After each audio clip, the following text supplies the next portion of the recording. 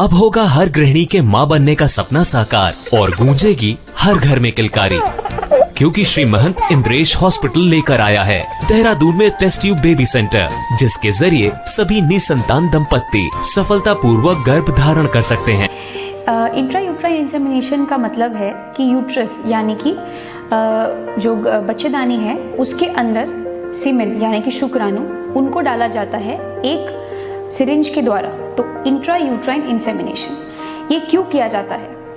Intrauterine insemination के कुछ कारण वजह होती हैं, जैसे कि नंबर पहला, अगर शुक्राणु की मात्रा कम हो। दूसरा, अगर शुक्राणु की जो मूवमेंट है, मोटिलिटी है, वो कम हो। तीसरा, अगर कोई भी फैक्टर महिला में या पुरुष में जिनका कोई पता नहीं चल रहा किस कारण से बांझपन है, कोई ऐसा फैक्टर ढूंढ नहीं पा रहे हो जिसको अनएक्सप्लेन्ड इनफर्टिलिटी कहते हैं, तो भी इंट्रायूट्राइन इंसेमिनेशन किया जा सकता है। चौथा रीज़न जब ये इंट्रायूट्राइन इंसेमिनेशन करते हैं, जबकि गर्भाशय यानी कि सर्विक्स में कुछ इस तरह के तत्व पाए जाते हैं जो कि हार्म करें या कि नेगेटिव इन्फ्लुएंस डालें शुक्राणु के ऊपर और उनके मूवमेंट को इफेक्ट कर सकें, ताकि जिस कारण जो शुक्राणु हैं यूट्रस तक ना पहुंच पाएं और उसके साथ ट्यूब्स तक ना पहुंच पाएं और बच्चा ना बन पाए। उस कारण भी हम IUI करते हैं।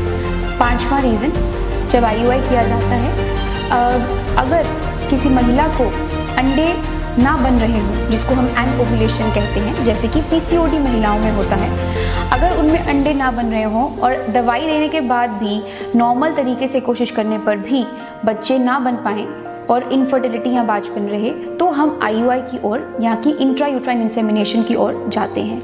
ये कुछ कारण हैं जिनमें इंट्रायूट्राइन इंसेमिनेशन टेक्निक अपनाई जा सकती है। इसका सक्सेस रेट क्या है?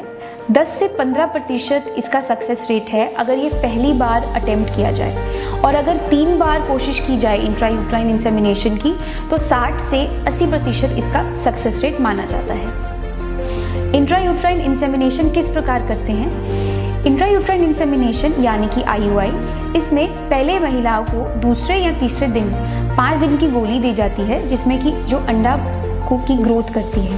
इसके अलावा कुछ डॉक्टर बीच में गोनाडोट्रोपिन नाम के इंजेक्शन भी देते हैं, जिससे अंडे की ग्रोथ होती है। जब अंडा 18 mm तक पहुंच जाए, 17 से 18 mm तक पहुंच जाता है, उसके बाद अंडा तोड़ने का इंजेक्शन दिया जाता है, यानी कि HCG। जब ये इंजेक्शन देते हैं, इसके 36 घंटे बाद IUI किया जाता है। ये इंजेक्शन ओव्यूलेशन यानी कि अंडा तोड़ने का होता है। जब अंडा टूट जाता है, उसके 36 घंटे बाद IUI किया जाता है। जिस दिन IUI करते हैं उस दिन हस्बैंड का शुक्राणु या सीमेन लिया जाता है और फिर IUI किया, उसको प्रोसेसिंग के बाद IUI किया जाता है। इसके बाद 14 डेज तक प्रोजेस्टेरॉन की मेडिसिन चलती है, जो कि ल्यूटेल फेज को सपोर्ट करती है, और 14 डेज बाद आप ब्लड टेस्ट करा सकते हैं या फिर घर पर प्रेगनेंसी टेस्ट यानी कि UPT टेस्ट कर सकते हैं, urine pregnancy test. In vitro fertilization यानी कि टेस्ट ट्यूब बेबी। IVF क्या होता है? इन विट्रो फर्टिलाइजेशन कहते हैं जबकि ट्यूब के अंदर हम बच्चा बनाते हैं। सिंपल भाषा में अगर हम कहें तो अगर एक महिला से हम एग लेते हैं और एक पुरुष से हम शुक्राणु लेते हैं और उन्हें एक ट्यूब के अंदर यानी कि माइक्रोस्कोप के नीचे एक ट्यूब के अंदर उनको दोनों को मिलाया जाए या कि फर्टिलाइज किया जाए, तो उसे बोलते हैं इन विट्रो फर्टिलाइजेशन, और इस तरह से बच्चा बनाया जाता है। अब IVF के कारण क्या हैं? कब ये IVF किया जाता है? क्या सभी लोगों को इसकी ज़रूरत पड़ सकती है जिनको बांझपन है? ऐसा बिल्कुल नहीं है। IVF के कुछ ही कारण हैं जब डायरेक्टली IVF तक हम पेशेंट को सजेस्ट करते हैं।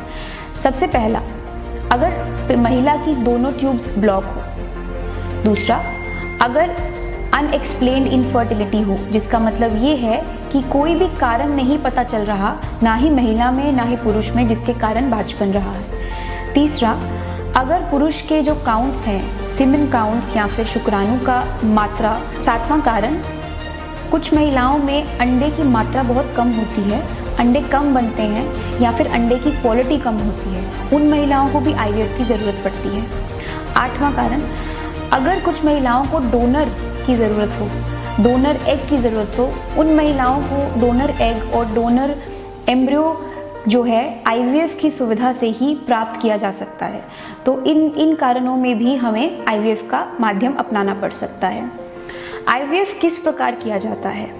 IVF करने के लिए सबसे पहले तो महिला के सारे बेसलाइन टेस्ट होते हैं, उनके कुछ हार्मोन प्रोफाइल होते हैं जो माहवारी के दूसरे या तीसरे दिन होते हैं।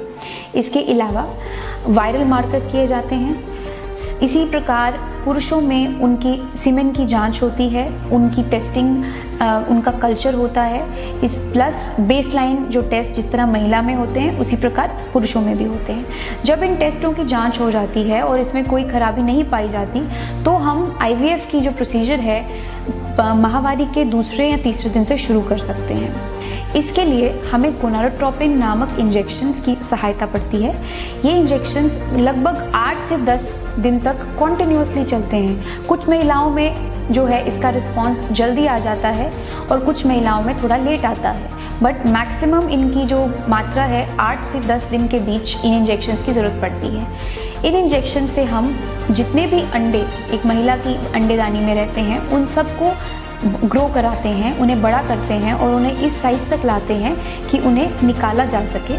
और फिर उन अंडों को निकाल कर हम टेस्ट ट्यूब में, यानी कि मशीन के जो माइक्रोस्कोप रहता है उसके नीचे एक ट्यूब के अंदर शुक्राणु के साथ मिलाते हैं और फिर IVF इस नामक सुविधा को इन विट्रो फर्टिलाइजेशन या फिर टेस्ट ट्यूब बेबी कहा जाता है।